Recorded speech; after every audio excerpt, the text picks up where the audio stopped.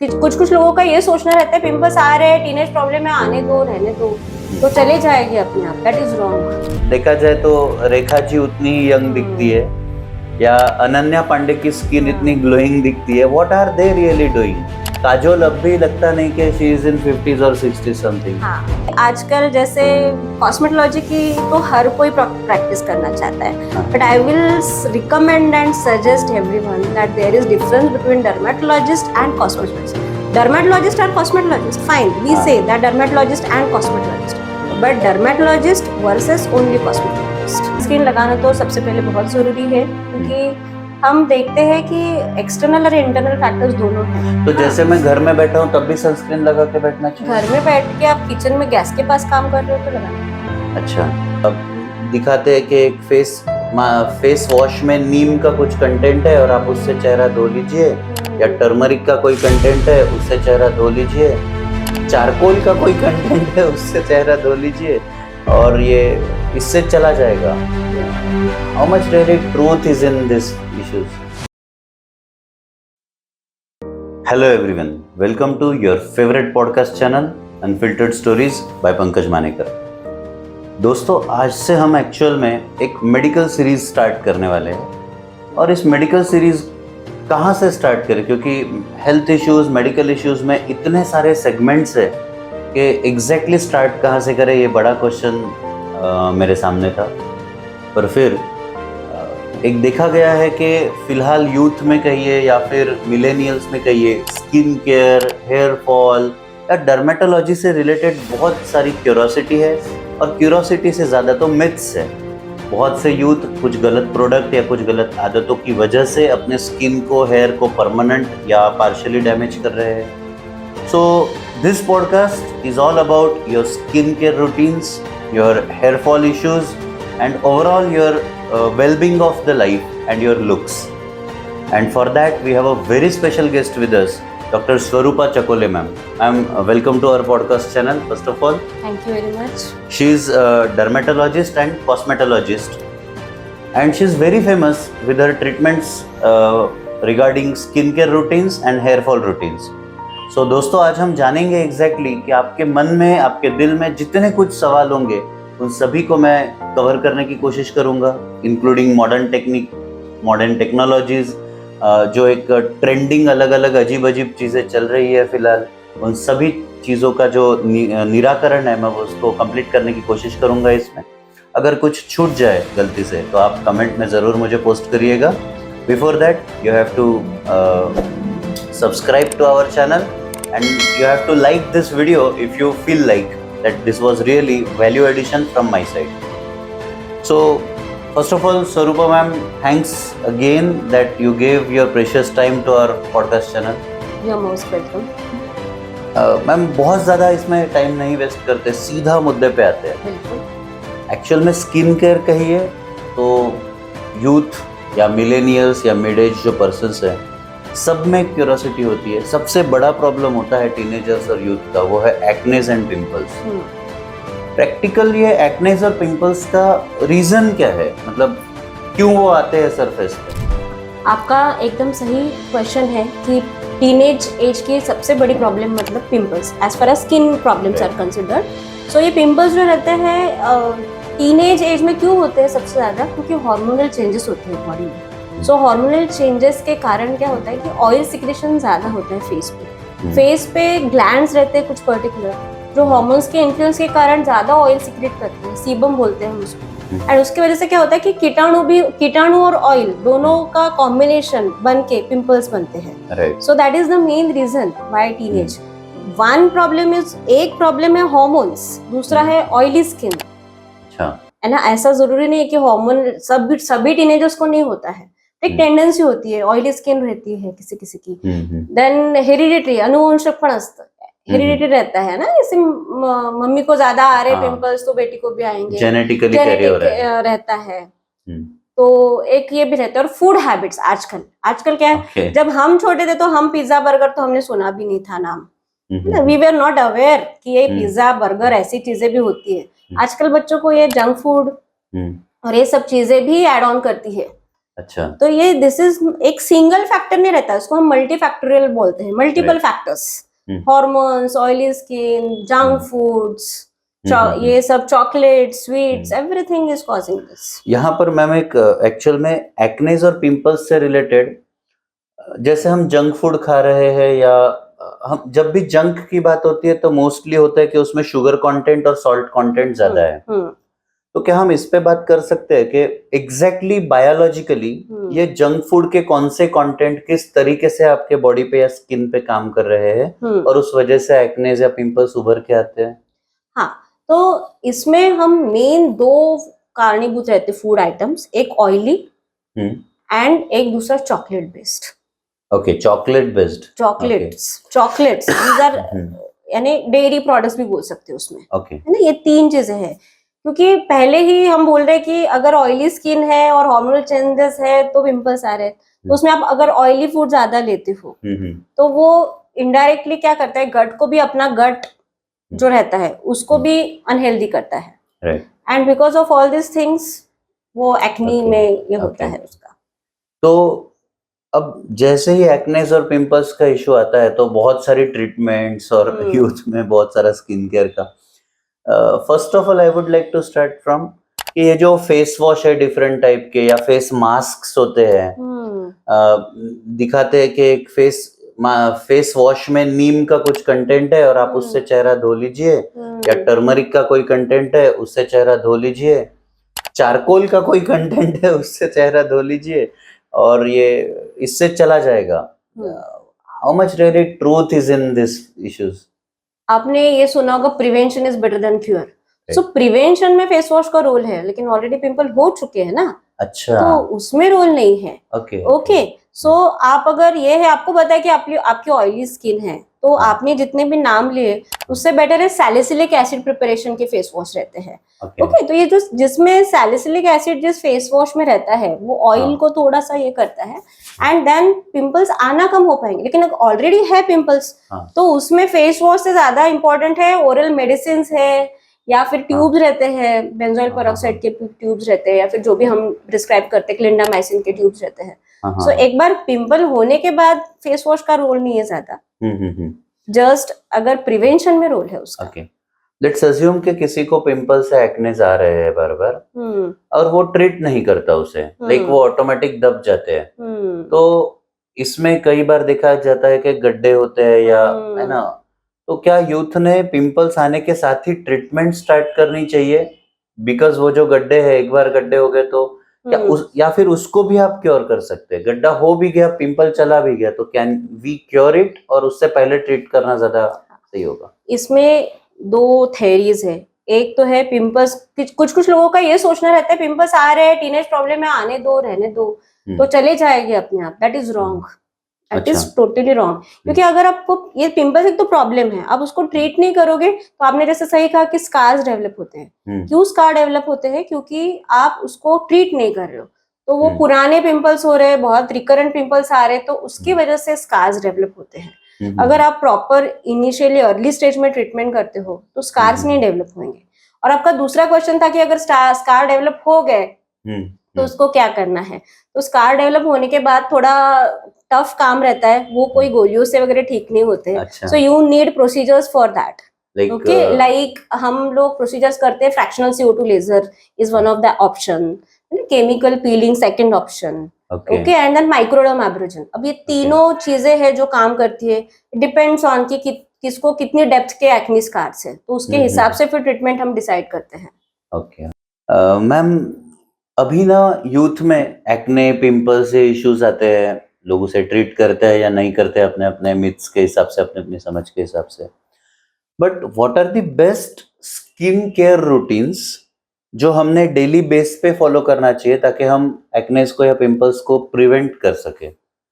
हाँ, जो routine skin care रहता है, ये डिपेंड करता है कि आपकी स्किन टाइप क्या है, ऑयली है, ड्राई है, नॉर्मल है, या फिर आपके स्किन पे पिगमेंटेशन है क्या, है ना।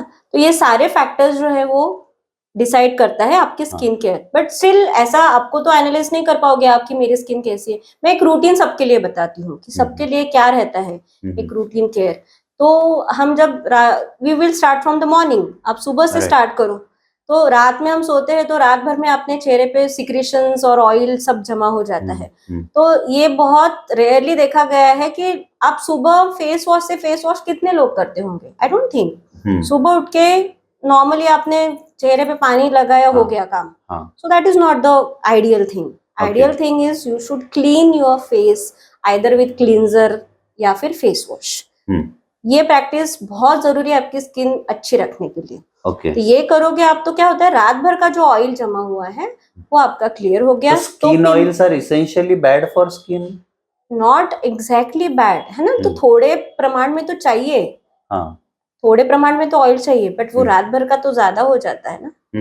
So it has to be removed, है ना। तो वो हो गया एक केयर आपकी। फिर मैंने बोल रही हूँ कि सुबह से अपन देखते हैं, तो ये हो गया नॉर्मल अपना फेस क्लीन किया क्लींजर से या फिर फेस वॉश से। फिर आप थोड़ा बाहर जब जाते हो तो सनस्क्रीन लगाओ, that is one more thing we can do. Then आप, जैसे हम बोलते हैं कि फूड हैबिट्स थोड़ा सा हेल्दी रखो, जैसे टीनेज में हम देखते हैं कि जंक फूड्स अवॉइड करो। टोटली अवॉइड तो नहीं बोल सकते, बट एटलीस्ट मिनिमम थोड़ा रिड्यूस करो, वो कर सकते हैं हम। अच्छा, ठीक है। फिर आप थोड़ा एंटीऑक्सीडेंट जिसमें रहते हैं, now this concept is upcoming, antioxidants. तो आपको जैसे पता है कि हम सिंपल अगर देखें तो एप्पल में एंटीऑक्सीडेंट्स रहते हैं। आजकल के जो टीनेज है वो खाते हैं क्या एप्पल? मतलब नहीं खाते। मेरा बेटा अभी 17 इयर्स का है, तो उसको भी मैं बोलती हूँ, तो उसको जबरदस्ती से देना पड़ता है कि चलो एप्पल। सो दीज एंटीऑक्सीडेंट जिसमें रहते हैं, तो वो फूड आप खाइए, है ना। एंटीऑक्सीडेंट की टैबलेट तो खाने की जरूरत नहीं, आप 17-18 इयर्स के हो तो I will not advise you to take oral antioxidants. तो जिसमें एंटीऑक्सीडेंट्स है वो अच्छे से खाइए आप। तो ये ऐसी चीजें हैं जो हम कर सकते हैं। एक मैंने एकदम बेसिक बताई है। राइट। इसमें मैम मुझे एक्चुअल में पूछना था कि एग्जैक्टली स्किन के टाइप्स कौन से होते हैं? जैसे कुछ लोगों की स्किन ड्राई है, ऑयली है, इसके हिसाब से क्या कैटेगरीज है? हाँ, अगर साइंटिफिक लैंग्वेज में देखेंगे साइंटिफिकली तो स्किन के 4 टाइप्स रहते हैं, टाइप 1, 2, 3 एंड 4। सो इंडियन, ये डिपेंड करता है फेयरनेस के हिसाब से, मेलानिन के कंटेंट के हिसाब से। तो टाइप 1 स्किन मतलब आप फॉरेनर्स जो देखते हैं ना, जो एकदम गोरे गोरे रहते हैं, थिन स्किन, फाइन एकदम, तो वो टाइप 1 के हो गए। फिर मीडियम थोड़ा सा टाइप 2 आ गए ना। तो Asian skins are either type 3 और टाइप 4। हम लोग तो टाइप 4 वाले हैं, है ना, एशियन स्किन। सो बेसिकली वैसे देखा जाए तो एक अच्छा भी है, क्योंकि ज्यादा सनबर्न होता नहीं है। हमने देखा होगा कि इंडियंस को ज्यादा सनबर्न की प्रॉब्लम नहीं रहती। आपने देखा होगा जो फॉरेनर्स अगर इंडिया में घूमने आएंगे तो उनका चेहरा कैसे रेड हो जाता है, and because their skin type is type 1, thin रहती है, तो उनको ज्यादा पेनिट्रेट करती है सनरेज। तो वैसे देखा जाए तो एक मामले में इंडियन स्किन थोड़ा सा प्रोटेक्टेड है नेचुरली। वो तो हमारे क्लाइमेट के वजह से ऑटोमेटिकली इवॉल्व हम वैसे हुए कि थिक स्किन आ गई, थोड़ा सा डार्क उसमें टेक्सचर थोड़ा सा ज्यादा है। और दूसरा टाइप ये रहता है स्किन का नॉर्मल, ड्राई या ऑयली, इस पे भी। ठीक। तो मैम फिलहाल एक और ट्रेंड चला है कि पिंपल्स और एक्नेस को रोकने के लिए एक चारकोल बेस्ड थेरेपी। क्या है एग्जैक्टली? ऐसा कुछ होता भी है? चारकोल बेस्ड थेरेपी, उसको हम ये बोलते हैं कार्बन फेशियल बोलना है आपको। सो कार्बन फेशियल इज एक क्यू-स्विच इंडिया लेजर नाम का लेजर रहता है। तो क्या करते हैं हम, कार्बन मतलब चारकोल पाउडर, जो उसका ये मास्क रहता है ना, वो स्किन पे लगा देते हैं, and then we do a laser करते हैं। तो उसको बोलते हैं हम कार्बन फेशियल। तो उससे क्या होता है, डेड स्किन रिमूव होती है और थोड़ा सा स्किन टोन भी लाइट होता है। सो उसको हम बॉलीवुड फेशियल भी बोलते हैं। अच्छा। उसी को कार्बन फेशियल या बॉलीवुड फेशियल। तो ये जो कार्बन आजकल वो आते हैं फेस वॉश आते हैं जिसमें कार्बन बेस्ड है, जॉन अब्राहम ऐड कर रहे हैं, वरुण धवन कर रहा है, तो लाइक इज इट सिमिलर?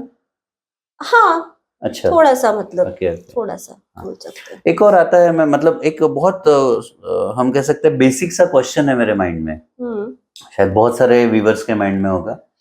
कई बार बड़े बड़े जो डॉक्टर्स है या डर्मेट्स है, वो अपने ब्रांडिंग के अंडर में एक्नेज और पिंपल्स या स्किन केयर के प्रोडक्ट्स बेच रहे हैं। मैं एक नाम मान के चलते, आप ही का नाम लगा लेते हैं एज एन एग्जांपल के डॉक्टर चकोलेज स्किन केयर प्रोडक्ट रेंज। अब आप कोई को बंदा आता है, आपको ये लगा ना इसमें ना मेरा कोई स्पेशल फॉर्मूला है, मैंने कुछ अलग ढूंढ के निकाला है, या कभी होता है डॉक्टर बतराज या कभी कुछ या कभी कुछ। दस रियली ये वाला चीज अलग है, हर डॉक्टर के पास एक अलग की है, उसने वो इंग्रेडिएंट बनाया है और उसमें कुछ सच में कुछ डिफरेंट हो रहा है, या एक जनरलाइज प्रोडक्ट को लेबल लगा दिया और ब्रांडिंग कर दिया है। देखिए आगे मैं एक यहाँ पे एक एग्जांपल दूंगी। मान लो अपने को स्किन पिगमेंटेशन कम करने वाला ट्यूब लॉन्च करना है, हाँ किसी ने बनाया है, हाँ। तो उसमें तो वही कंटेंट लगेगा जो स्किन के पिगमेंट को कम करेगा। हाँ। आप कुछ अलग तो बना नहीं सकते, हाँ है ना। सो ये जो ब्रांड, खैर मैं डॉक्टर चकोलेज नहीं करते हैं ऐसे सो मेरा तो कोई ब्रांड है नहीं ऐसा, and I am not in much favour of that also. मुझे बहुत ज्यादा फेवर नहीं करूंगी मैं ऐसे, क्योंकि जो हम रिनाउंड कंपनीज का जैसे देखेंगे ब्रांड्स, तो वो पूरे टेस्टेड रहते हैं। आई डोंट नो कि ये जो इंडिविजुअल करते हैं उनका टेस्टेड है क्या, वो पूरा क्लिनिकल ट्रायल्स हुए हैं क्या उनके, क्योंकि आपको कुछ एक्स्ट्रा है भी या है। हाँ, सो देखो कुछ भी हमें नया लॉन्च करना है, नया स्टार्ट करना है, तो वो पूरा क्लिनिकल ट्रायल्स के अप्रूव्ड होके फिर अगर है तो ही वो अच्छा है। आपको भी पता होगा एक ट्रायल्स होते हैं, मान लो अभी कोविड आया था, कोविड वैक्सीन के ट्रायल्स हुए, उसके बाद ही हमने कोविड वैक्सीन दिया। So true. तो ये जो ब्रांडिंग वाला खेल है, कभी कभी जब इनसे क्वेश्चन किया जाए तो कभी रहता है कि हमने यहाँ के क्लाइमेट और एटमॉस्फेयर के हिसाब से कुछ स्पेशल जड़ी बूटियां, कुछ स्पेशल कंटेंट हमने इसमें ऐड किया है, इसके लिए हमारा प्रोडक्ट डिफरेंट है। तो सच में ऐसा कुछ ट्राई करना या होता तो वही तो वो टेस्ट करना पड़ेगा हमें फिर। Okay, we will with the lab rats, laboratory के रैट्स हम बन जाएंगे, हम पे टेस्ट होगा वो। Okay fine. तो मैम थोड़ा सा अब एक्ने पिंपल से आगे बढ़ते हैं और एंटी एजिंग पे आते हैं, क्योंकि आजकल एंटी एजिंग एक बड़ा सा हम कह सकते हैं बवंडर चल रहा है सब में। प्रैक्टिकली ये बॉलीवुड लोग क्या एग्जैक्टली करते हैं कि अब भी देखा जाए तो रेखा जी उतनी ही यंग दिखती है, या अनन्या पांडे की स्किन इतनी ग्लोइंग दिखती है, what are they really doing? Kajol अब भी लगता नहीं कि शी इज इन 50s और 60s समथिंग, है ना। ये जो बॉलीवुड एक्ट्रेस है वो सारे एंटी एजिंग ट्रीटमेंट करते हैं। अच्छा। अब एंटी एजिंग ट्रीटमेंट में बहुत सारे तरीके हैं। एक तो हम बेसिक से स्टार्ट करते तो एंटी एजिंग क्रीम्स भी रहती है, मार्केट में अवेलेबल रहते हैं। I also prescribe, dermatologist How does also this really prescribe. work, anti-aging फंडा? Anti-aging में क्या रहता है, अब हम क्रीम से स्टार्ट करते तो उसमें रेटिनॉल और हाइलुरोनिक एसिड रहता है, तो वो एंटी एजिंग कोलेजन और इस पे काम करके वो स्किन को टाइट रखता है। एक वो तरीका है। स्किन को टाइट रखना मतलब एंटी एजिंग, लाइक वो अगर लूज हो गई तो उसका अलग अलग तरीके हैं। जैसे एक ये बताया कि आप हाइलुरोनिक एसिड कंटेंट वाले क्रीम्स लगाइए, या फिर दूसरे तरीके है बोटॉक्स फिलर्स, आपने सुना होगा ना, बोटॉक्स और फिलर्स जैसे इंजेक्शंस रहते हैं, है ना। दूसरा आजकल नया है थ्रेड लिफ्ट, ओके, है ना। ये नेजोलेबियल फोल्ड्स रहते हैं, हम इनको टेक्निकल लैंग्वेज में हम लोग नेजोलेबियल फोल्ड बोलते हैं। जैसे जैसे एज बढ़ता है ना, यहाँ पे मेरी भी आ गई है अभी, मुझे भी करना पड़ेगा। सो थ्रेड लिफ्ट मतलब यहाँ पे आप इंजेक्ट करते हो, थ्रेड इंसर्ट करते हो, है ना, तो वो थ्रेड जाता है वहां पे एंड लिफ्ट हो जाती है आपकी स्किन। और उसी मैकेनिज्म पे बोटॉक्स फिलर्स भी चलता है, जैसे आप इंजेक्ट करते हो बोटॉक्स और फिलर्स। बोटॉक्स एग्जैक्टली है क्या? बोटुलिन टॉक्सिन रहता है वो, है ना। Is it like a treatment और इज इट अ कंपनी का नाम है? नहीं, Botox is a treatment modality. Botox and fillers जो आपके स्किन को वॉल्यूम देगा, है ना, थोड़ा सा, सो रिंकल्स कम हो जाएंगे। तो एक वो तरीका है। अब आप बोलोगे मैडम आप तो इंजेक्शन की बात कर रहे हैं, ये भी इंजेक्शन, तो किसी को इंजेक्शन का डर लग रहा है तो क्या एंटी एजिंग नहीं कर पाएगा? ऐसा नहीं है। सो नए मोडालिटीज भी आ रहे हैं जिसमें इंजेक्शन नहीं देना पड़ेगा, बहुत अच्छी लेजर मशीन से। One of the modality of anti ageing is MNRF, okay, है ना, micro needle radio frequency. Okay, हाँ, तो उसमें क्या होता है कि आपको लेजर है, इसी को माइक्रो नीडलिंग कहते हैं। Micro needling is done for various purposes. Anti ageing में एक काम करता है वो। माइक्रो नीडल के और भी इंडिकेशंस है, बट MNRF से आपको एंटी एजिंग भी आता है। एंड कुछ पील्स भी रहते हैं, कुछ आरएफ प्रोसीजर्स भी रहते हैं जिसमें अगर आपको नहीं करना है, इंजेक्शंस नहीं लगाने हैं, तो ऐसा नहीं कि इंजेक्शंस लगेंगे तो ही एंटी एजिंग होगा। तो एक आरएफ, एमएनआरएफ, ये भी तरीके हैं जो एंटी एजिंग भी करेगा और आपको इंजेक्शंस भी नहीं लेने हैं। मैम ये एग्जैक्टली बोटॉक्स पे थोड़ा सा या फिलर्स पे मुझे बात करना है। बहुत सारे बॉलीवुड लोगों ने कॉस्मेटिक या प्लास्टिक सर्जरी कराई, बोटॉक्स कराया, उसमें कुछ ऐसे फोटोज आए कि जिनका चेहरा पहले से ज्यादा विद्रूप हो गया। अब उन्होंने इतना वो एक उस पोजीशन पे है, इतने प्रोफेशनल्स से उन्होंने कराया, क्यों हुआ होगा, क्या एग्जैक्टली गड़बड़ हुई? देखिए, अभी मैंने जैसे बोला आपको इंजेक्शंस और वर्सेस नॉन इंजेक्शंस, है ना। तो इंजेक्शन मतलब इंटरवेंशन हो गया कि आप ऊपर से नहीं कर रहे हो ना, आप अंदर जा रहे हो स्किन के। दो ऑप्शन है अपने पास एंटी एजिंग के, एक तो अंदर मत जाइए, ऊपर से करिए, लेजर करिए, स्किन टोनिंग करिए, क्यूस्विच एंटी लेजर, बहुत सारे तरीके, MNRF, these are the ways of anti ageing. दूसरा है आप स्किन के अंदर जा रहे हो, मतलब इंटरवेंशन कर रहे हो। जब भी आप अंदर जाओगे तो कुछ ना कुछ कभी ना कभी साइड इफेक्ट हो सकता है। जैसे एक साइड इफेक्ट है deviation of angle of mouth, है ना, आप यहाँ पे इंजेक्ट कर, हाँ, जैसे आपने अभी किया, तो हाँ, तो वैसा एक साइड इफेक्ट, वो बहुत रेयर है। मतलब ये साइड इफेक्ट होता है, इसलिए करना नहीं, डरने की बिल्कुल भी जरूरत नहीं है। इतने बड़े सेलिब्रिटीज का चेहरा विद्रूप हो गया, हाँ, तो कुछ डर है इस बारे में या it is like safe for? Safe है वैसे तो Botox fillers is safe. You can go for it. We can go for that. देखिए, अब 100 लोगों में से अगर एक को साइड इफेक्ट होता है तो we cannot consider it as a wrong modality. हम लोग ऐसा नहीं बोल सकते कि वो गलत तरीका है। तो वो किसी डॉक्टर ने एग्जीक्यूट करते वक्त गलती की होगी या उनकी स्किन ने वो सही डाइजेस्ट नहीं किया? कभी रिस्पॉन्ड नहीं, स्किन एक्सेप्ट नहीं करती। अब हमने ये भी सुना है कि किडनी ट्रांसप्लांटेशन इतनी अच्छी सर्जरी होती है कि, लेकिन हर बार किडनी एक्सेप्ट होती, हम तो पूरा डोनर का पहले ये भी करते हैं ना, कि टेस्ट करते हैं कि एक्सेप्ट करेगी कि नहीं बॉडी, है ना। फिर भी कभी एक आध बार रेयरली ऐसा होता है कि वो किडनी एक्सेप्ट नहीं की, जबकि हमने मैचिंग किया हुआ रहता है। सो ऐसा होता है कभी कभी। मैम ये कोलेजन क्या है एग्जैक्टली? कोलेजन जो रहता है ये एक टिश्यू है, सबक्यूटेनियस टिश्यू, जो स्किन को साथ में रखता है। अब मैं सिंपल लैंग्वेज में बता रही हूँ। हाँ, चिपकाता है, एडेसिव है। तो कोलेजन एंटी एजिंग का वही ये है। जैसे एजिंग क्यों होता है? क्योंकि कोलेजन कम होता है, है ना। तो हम अगर थोड़ा सा उसको बिल्टअप करेंगे, हाँ, जैसे मैंने थ्रेड लिफ्ट बताया, तो थ्रेड लिफ्ट में क्या होता है, थ्रेड आप इंसर्ट कर रहे हो तो कोलेजन फॉर्म हो रहा है और फिर वो एंटी एजिंग इफेक्ट आ रहा है। राइट। अच्छा, ये ग्लूटाथियोन क्या है फिर उसमें मैम? ग्लूटाथायोन जो है वो स्किन लाइटनिंग ओरल मेडिसिन है, और उसके आजकल हम आईवी ड्रिप भी लगा सकते हैं। अच्छा, हाँ, तो इट रिड्यूसेस स्किन पिगमेंटेशन। आपको स्किन पिगमेंट, आपका स्किन कलर लाइट होगा, बट इसका मतलब ये नहीं कि सिर्फ आप ग्लूटाथायोन खाओगे तो हो गया। उसके मल्टीपल कॉम्बिनेशन में ट्रीटमेंट करनी पड़ेगी। ओरल ग्लूटाथायोन भी ले रहे हो, फिर आपको थोड़ा सा मेडिफेशियल भी करना पड़ेगा, है ना, थोड़ी क्रीम्स भी लगाने पड़ेंगे। तो this is a combination of treatment. नहीं तो आप खुद जाके फार्मेसी पे जाके ग्लूटाथायोन खाओगे तो आप गोरे नहीं बनोगे। So you should consult a dermatologist and not a cosmetologist.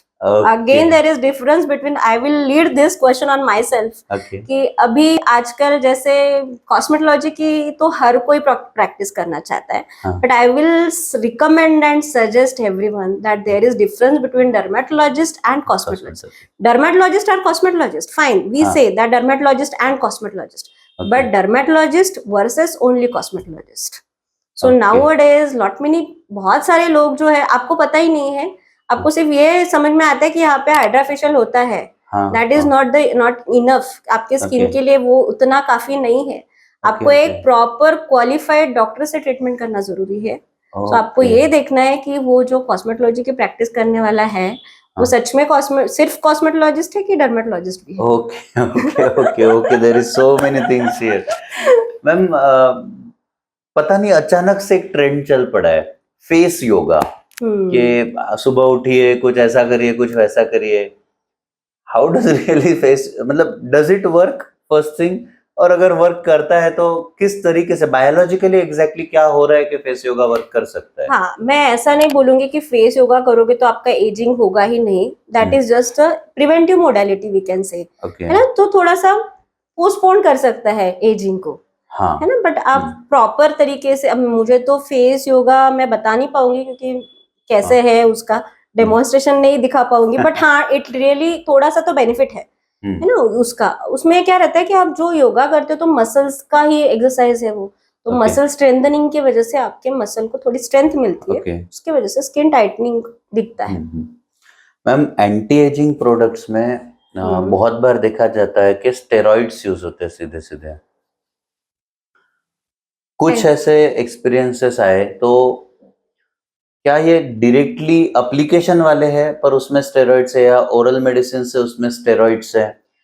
नहीं, जनरली एंटी एजिंग ट्रीटमेंट में स्टेरॉइड्स कोई यूज नहीं करता है। Okay. मैं अभी वही बोल रही थी, dermatologist versus cosmetologist, Okay. So maybe this maybe related to that, क्योंकि हाँ. मैंने तो कभी स्टेरॉइड एंटी एज मेरे पेशेंट्स में एंटी एजिंग के लिए यूज नहीं किया है।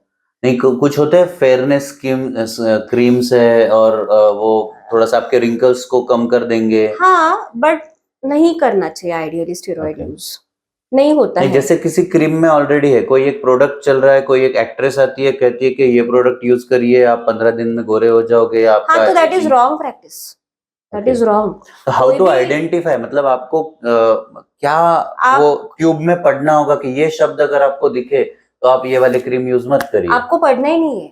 अच्छा। आपको बकायदा डर्मेटोलॉजिस्ट से जाके ही लेना है ट्रीटमेंट। ओके।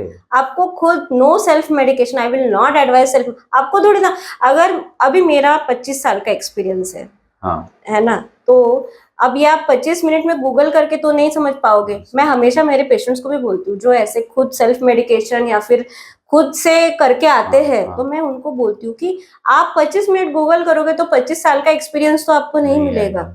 सो आपको खुद नहीं पढ़ना है, आप बकायदा जो डर्मेटोलॉजिस्ट है उनको कंसल्ट करके ही लगाइए। आप नहीं समझ पाओगे क्योंकि स्टेरॉइड में भी बहुत सारे माइल्ड मॉडरेट सीवियर टाइप के, माइल्ड मॉडरेट सीवियर मतलब लो पावर का स्टेरॉइड, मीडियम पावर का स्टेरॉइड, हाई पावर का स्टेरॉइड, इतना सब समझाना बहुत मुश्किल है, तो वो आपको खुद नहीं करना है। समझ में आएगा। Okay ma'am, what is this hype about Korean skin care routine? क्योंकि कोरियन लोगों की एकदम ग्लास स्किन होती है, बहुत रेडिएंट होती है, बहुत चमकदार, और बहुत सारे अब ऐसे प्रोडक्ट्स आने लगे हैं कि हम लोग ने कोरियन फॉर्मूला यूज करके ये प्रोडक्ट बनाया है। What is this hype about this Korean skin care? हाँ, कोरियन स्किन बेसिकली क्या है कि रेडिएंट, शाइनी, एकदम लस्टरफुल, नॉन पिगमेंटेड वाली, ऐसे जो एकदम बढ़िया स्किन रहती है, आइडियल स्किन, वो कोरियन स्किन बोलते हैं।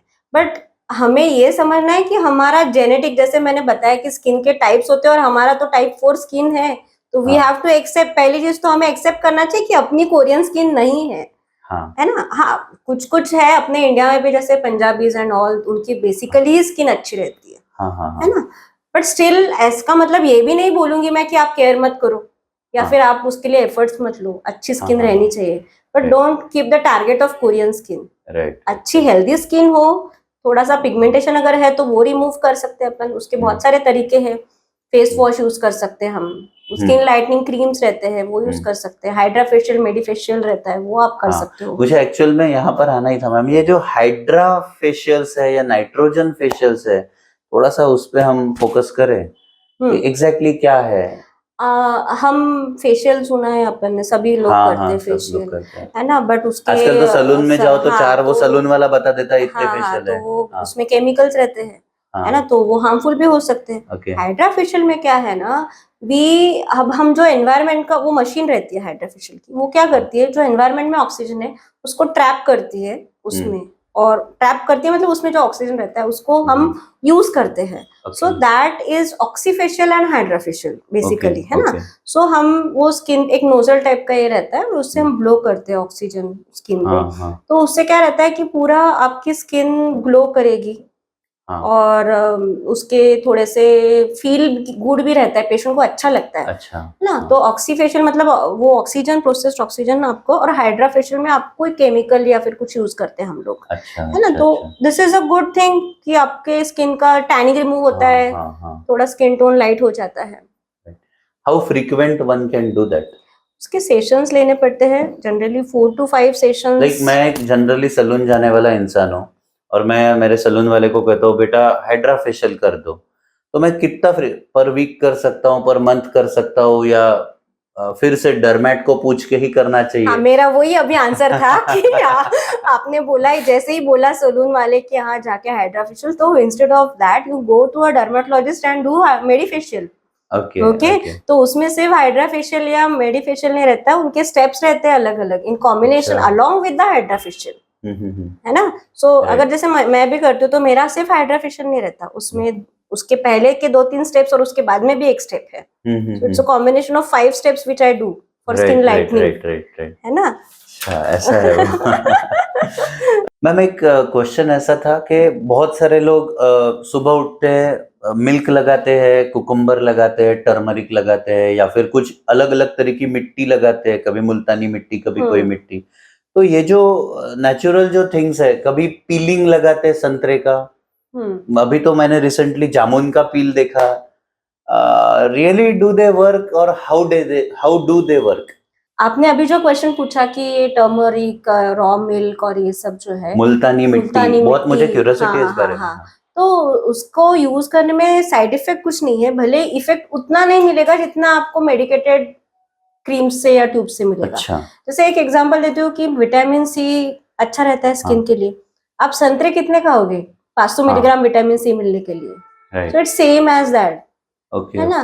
तो आपको सिंपल, इसका मतलब ये नहीं कि संतरे मत खाओ, उसमें फाइबर्स मिलेंगे आपको, but just I am comparing कि जो हमें जितना चाहिए उतना नहीं मिलेगा उससे, तो आपको मेडिकेटेड क्रीम्स में से ही मिलेगा। ओके मैम, ये जो घर के नुस्खे, दादी के नुस्खे वाले नेचुरल कुछ तरीके होते हैं, जैसे बहुत सारे लोग संतरे का पील लगाते हैं, मुल्तानी मिट्टी लगाते हैं, टर्मरिक लगाते हैं, या हम टर्मरिक और मिल्क मिक्स करके वो करते हैं, नया वाला जामुन लगाते हैं, उसका पील या पल्प, कैसे काम करते हैं एग्जैक्टली, या करते हैं या नहीं करते हैं, फर्स्ट थिंग। और सेकंड, इसी के कंपैरिजन में फिर ये कभी स्ट्रॉबेरी बेस या संतरे का बेस वाले क्रीम्स आएंगे जो प्रॉपर कंपनी के रहेंगे। सो एक नेचुरली हमने डायरेक्टली लगा लिया, और एक था कि जो कंपनी उसे कुछ अलग क्रीम्स में भर के बेच रही है। हाँ हाँ, आपका क्वेश्चन बहुत सिंपल है। इसमें क्या है, आपका ये कहना कि जो घर के उपाय दादी है, के नुस्खे, दादी के नुस्खे, तो वो दादी के है तो रॉन्ग तो हो नहीं सकते, है ना। तो डेफिनेटली उसका रिजल्ट है, रिजल्ट नहीं है ऐसा नहीं है, रिजल्ट है, बट प्रैक्टिकेबिलिटी नहीं है उसमें। जैसे आप रोज वो बना सकते हो क्या घर पे, जो भी आप लगाएंगे उसमें, जो भी मिक्स करोगे उसमें लेमन जूस डालोगे, जो भी डालेंगे, तो इट्स प्रैक्टिकली इतना इजी नहीं है वो रोज बनाओ, फिर वो लगाओ, फिर वो रहने दो। आप 1-2 दिन करोगे, फिर हो जाएगा, तो पॉसिबल नहीं है। तो उससे बेटर है जो मेडिकेटेड स्किन लाइटनिंग क्रीम्स आती है, कोजिक एसिड और ये सब चीजों की, वो आप यूज कर सकते हैं। और दूसरा, यहाँ पे मैं आपको एग्जांपल दूंगी, जैसे क्वांटिटी रहती है ना उसमें, जिसका हमें जितना रिक्वायरमेंट है उतनी नहीं मिलेगी आपको, अलग अलग कंटेंट है। हाँ, जैसे एक एग्जांपल दूंगी मैं, विटामिन सी अच्छा रहता है अपने स्किन के लिए, बट एक विटामिन सी की टैबलेट 500 मिलीग्राम की है, तो 500 के मिलीग्राम की टैबलेट के लिए आप कितने संतरे खाओगे? अच्छा, है ना। मेरा कहना ये नहीं है कि आप संतरे मत खाओ, उसमें फाइबर्स है, एंटीऑक्सीडेंट्स है, हेल्दी है, but just I am comparing कि सिर्फ विटामिन सी का कंपैरिजन। हाँ, जस्ट एक एग्जांपल की क्वांटिटी उसमें नहीं रहेगी ना, जो घर पे कर रहे हैं उसके, उसमें उतना क्वांटिटी नहीं रहेगा जितने आपके स्किन को अच्छा दिखने के लिए लगेगा। ओके मैम, बहुत देर से क्वेश्चन चल रहा था, पता नहीं बार बार स्किप हो गया, अब वो फिर से आया है। अच्छा, वो है कि how necessary it is to use sunscreen, और उसमें ये एसपीएफ होता क्या है एग्जैक्टली, कितने एसपीएफ का हम खुद के लिए चूज करें, ये कैसे चॉइस हो? सो सनस्क्रीन लगाना तो सबसे पहले बहुत जरूरी है, क्योंकि हम देखते हैं कि एक्सटर्नल और इंटरनल फैक्टर्स दोनों हैं। तो जैसे मैं घर में बैठा हूँ तब भी सनस्क्रीन लगा के बैठना चाहिए? घर में बैठ के आप किचन में गैस के पास काम कर रहे हो तो लगाना पड़ेगा। अच्छा, है ना। सो वो काफी बार हम फीमेल्स बोलती है मुझे, मैं तो बाहर जाती नहीं हूँ, है ना, तो उसमें सनस्क्रीन का बहुत अच्छा रोल रहता है। आप बाहर जाते हो तो लगाना ही चाहिए। दूसरा आपका एसपीएफ का क्वेश्चन था, that is sun protection factor. SPF 30 से लेके आजकल तो 80 तक के भी क्रीम्स आए हैं। तो how to choose for our? It depend करता है कि क्या इंडिकेशन है। जैसे पेशेंट को कोई प्रॉब्लम नहीं है, रूटीन के लिए है, और पेशेंट का एज अराउंड 30 इयर्स वगैरह, तो वी विल प्रिस्क्राइब की 30 एसपीएफ का लगाओ। किसी को फोटोडर्मेटाइटिस है, फोटोडर्मेटाइटिस एक बीमारी रहती है जो सूर्यों के किरणों के रिएक्शन की वजह से होती है, फोटोडर्मेटाइटिस, तो उसको तो 30 एसपीएफ से नहीं होगा, तो उसको हम 50 एसपीएफ देंगे। और कोई है जो अभी मुझे गोवा बोलेगा, कोई पेशेंट की मुझे गोवा जाना है, घूमने जाना है, बीच पे जाना है, तो उसको मैं बोलूंगी कि यार थोड़े दिन तुम 80 एसपीएफ का लगा लो। Okay so it depends on the indication कि किस चीज के लिए आप लिख रहे हो, किस चीज के लिए आप दे रहे हो पेशेंट को। ठीक है ma'am, skin care, anti ageing, beauty product सब पे डिस्कशन हो गया। थोड़ा मेरा पर्सनल इंटरेस्ट है हेयर फॉल्स पे। क्या रीजंस है सच में हेयर फॉल के, और क्या कभी कोई तेल लगाने से, आदिवासी तेल, ये तेल, लेमन वाला तेल, ऑनियन वाला तेल, ये लगाने से ठीक हो सकता है हेयर फॉल? हाँ, तो हेयर फॉल के पहले हम रीजंस देखते हैं मेल्स और फीमेल्स में। मेल्स में हेयर फॉल मतलब बेसिकली एंड्रोजेनिक एलोपेशिया बोलते हैं, मतलब जैसे androgen is the male hormone, तो उसकी वजह से मेल पैटर्न बाल्डनेस आपने देखा, फीमेल में देखा कि आपने कि यहाँ पे बाल नहीं है? हाँ। नहीं, तो ये यहाँ पे या फिर यहाँ पे तो ये मेल पैटर्न बाल्डनेस बोलते हैं हम, एंड्रोजेनिक एलोपेशिया। तो टक्कल पडला म्हणतो आपण मराठी में बोलते हैं। तो फीमेल्स में जनरली ऐसे नहीं होता, फीमेल्स को डिफ्यूज हेयर लॉस बोलते हैं हम, है ना? तो उसमें जैसे प्रेगनेंसी, डिलीवरी के बाद होता है वो, है ना? तो एक कारण हो गया फीमेल्स में। तो ये दोनों का पैटर्न अलग अलग रहता है, तो ट्रीटमेंट मोडालिटी भी वैरी करेगी। तो फीमेल्स में थोड़ा सा मल्टीविटामिन दे दिए, थोड़ा सा वो पोस्टपार्टम के बाद, मतलब जैसे डिलीवरी होते बराबर होगा, थोड़े दिन बाद अपने आप ही कम हो जाएगा, उसको विटामिन सप्लीमेंटेशन दे देंगे तो वो हो जाएगा। बट मेल्स का जो है, जैसे अभी उसको गंजापन आ गया है, थोड़ा सा है, थोड़े थोड़े बाल है, मतलब तो उस पे भी डिपेंड करता है कि थोड़े थोड़े बाल है या एकदम ही गया सो उस पे डिपेंड करेगा ट्रीटमेंट मोडालिटी। लेट्स से कि एक पोर्शन से पूरे बाल चले गए, और अब वहां के जो फॉलिकल्स होंगे, अब वो क्या कंप्लीटली डेड हो चुके होंगे, वहां पे कभी अब बाल नहीं उग सकते? हाँ, तो वही कि अब हमारे पास ट्रीटमेंट की मोडालिटीज बहुत सारे, पीआरपी है ना, प्लेटलेट रिच प्लाज्मा, हम इंजेक्शंस करते पीआरपी के, या फिर हेयर ट्रांसप्लांटेशन। ओके, है ना?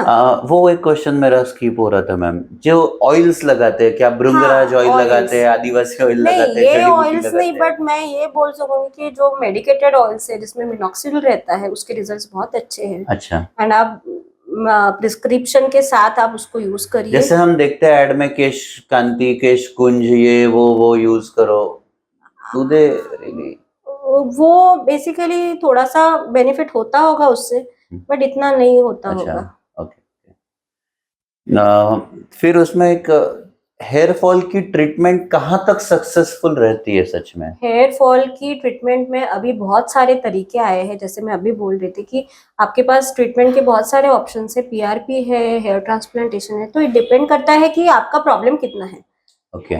Ma'am, now we are moving towards the last section, but this section is very interesting because हम लोग अभी myth और truth खेलेंगे, मतलब truth और dare के जगह पे। So the first question is, does bad diet leads to acne and pimples? Yes. Okay, that is like truth. oily food and all these things.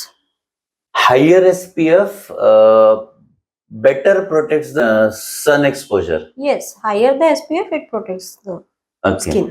एक मैम यूथ में, या हम कह सकते हैं टीनेजर्स का एक क्वेश्चन है, does masturbation leads to pimples, acne and hair loss? No, not at all. Okay, nothing related with this issues.